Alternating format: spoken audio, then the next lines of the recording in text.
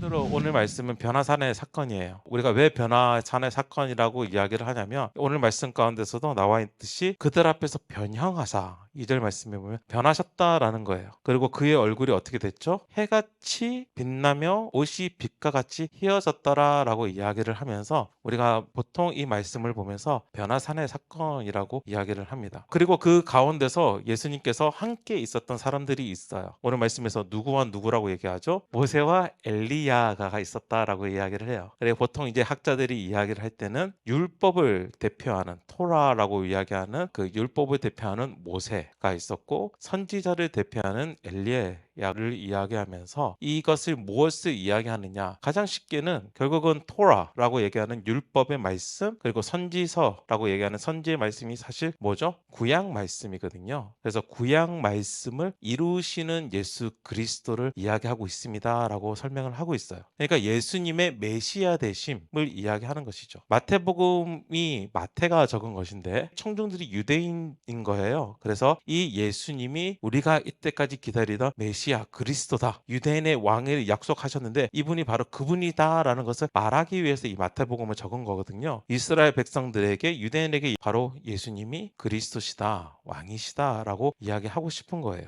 그리고 모세와 엘리야와 함께 이야기하는 그 모습을 통해서 이야기를 하는데, 이 변화산의 사건 가운데서 단지 예수님의 외모만, 용모만 변했다라고만 우리가 이야기할 수 없는 것이 있습니다. 왜냐하면 이 변화산의 사건을 중심으로 그 전에 예수님께서 사역하셨던 모습과 이후에 사역하신 모습이 완전히 달라요. 오늘 말씀을 중심으로 나타나 있는 말씀이 있는데 그것이 무엇이냐면 이 바로 전에 엿새 후에라고 이야기하면서 바로 이 엿새 전에 있었던 일을 이야기하는데, 어떤 이야기를 하냐면 빌립보 가이사랴라는 지역에서 있었던 일을 이야기를 합니다. 빌립보 가이사랴에서 있었던 일이 무엇이냐, 우리가 쉽게 이야기하면 베드로의 고백이 있었던 사건을 이야기를 해요. 예수님께서 빌립보 가이사랴 그 지역에 도착했을 때 제자들에게 묻죠. 사람들이 나를 누구라고 하느냐? 그러니까 선지자도 얘기하고 예레미야도 이야기하고 세례 요한이다 라고 이야기를 합니다 라고 이야기를 해요. 그렇다면 너희는 나를 누구라 하느냐 라는 질문에 베드로가 아주 멋있는 말을 하죠. 어떻게 대답하죠? 주는 그리스도시요 살아계신 하나님의 아들이시니다 라고 고백을 하면서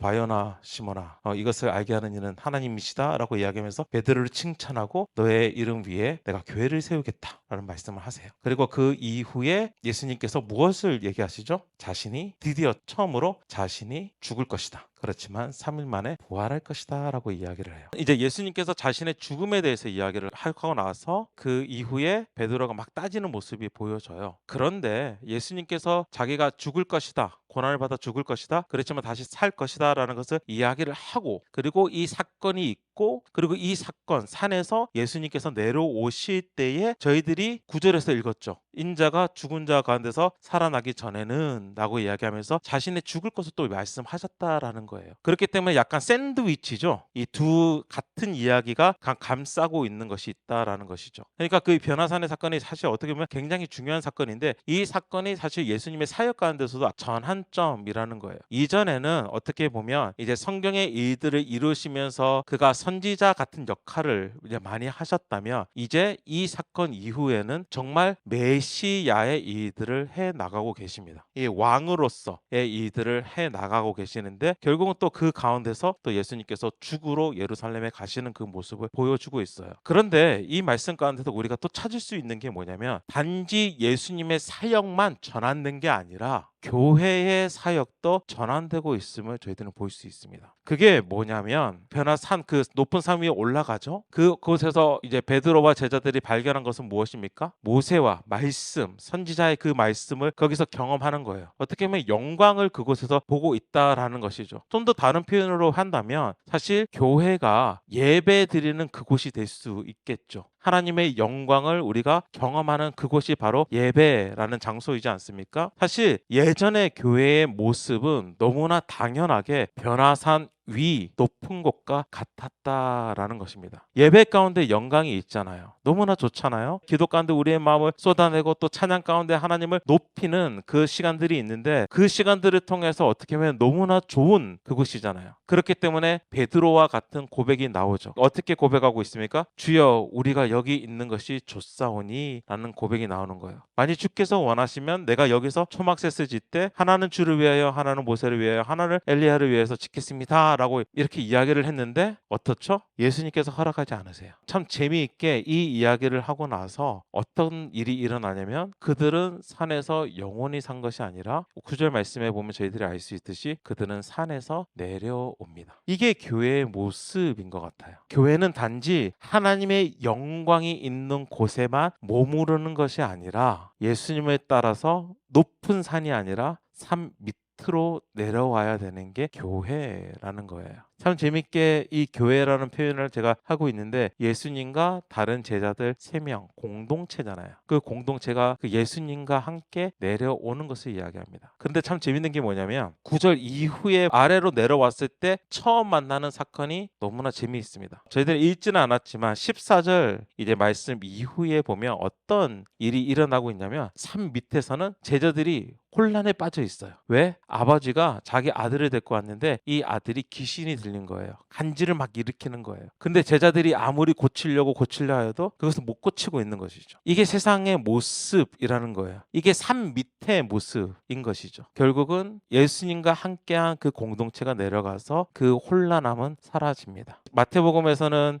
믿음에 대해서 이야기를 하고 있고 마가복음에서는 기도에 대해서 이야기를 하고 있고 다시 누가복음에서는 믿음에 대해서 이야기를 하고 있어요. 그것을 보면 믿음과 기도는 연관성이 좀 있다라는 것을 저희들이 알 수 있는데 그것에 대해서는 또 나중에 좀 시간이 될 때 설명을 드리고 저는 이 모습을 보면서 이 변화산의 사건이 단지 예수님의 사역의 전환뿐만 아니라 교회의 사역의 전환도 함께 이야기하고 있다라고 저는 말씀드리고 싶어요. 예전에는 당연히 예배 드리는 것이 너무나 중요하죠. 예배 드리는 것이 먼저입니다. 그렇지만 동시에 산 밑에 교회가 내려가야 된다는 것을 기억하셔야 돼요. 산 밑이라는 곳은 사실 혼란이 있고 사단의 권세가 다스리는 세상이라는 것이죠. 근데 그곳으로 교회는 가야 된다라는 거예요. 교회가 공동체로서 예수님과 함께 그곳에 가야 된다라고 말씀드리고 싶습니다. 당연히 교회의 전환은 우리가 쉽게 생각하면 사도행전 말씀을 기억할 거예요.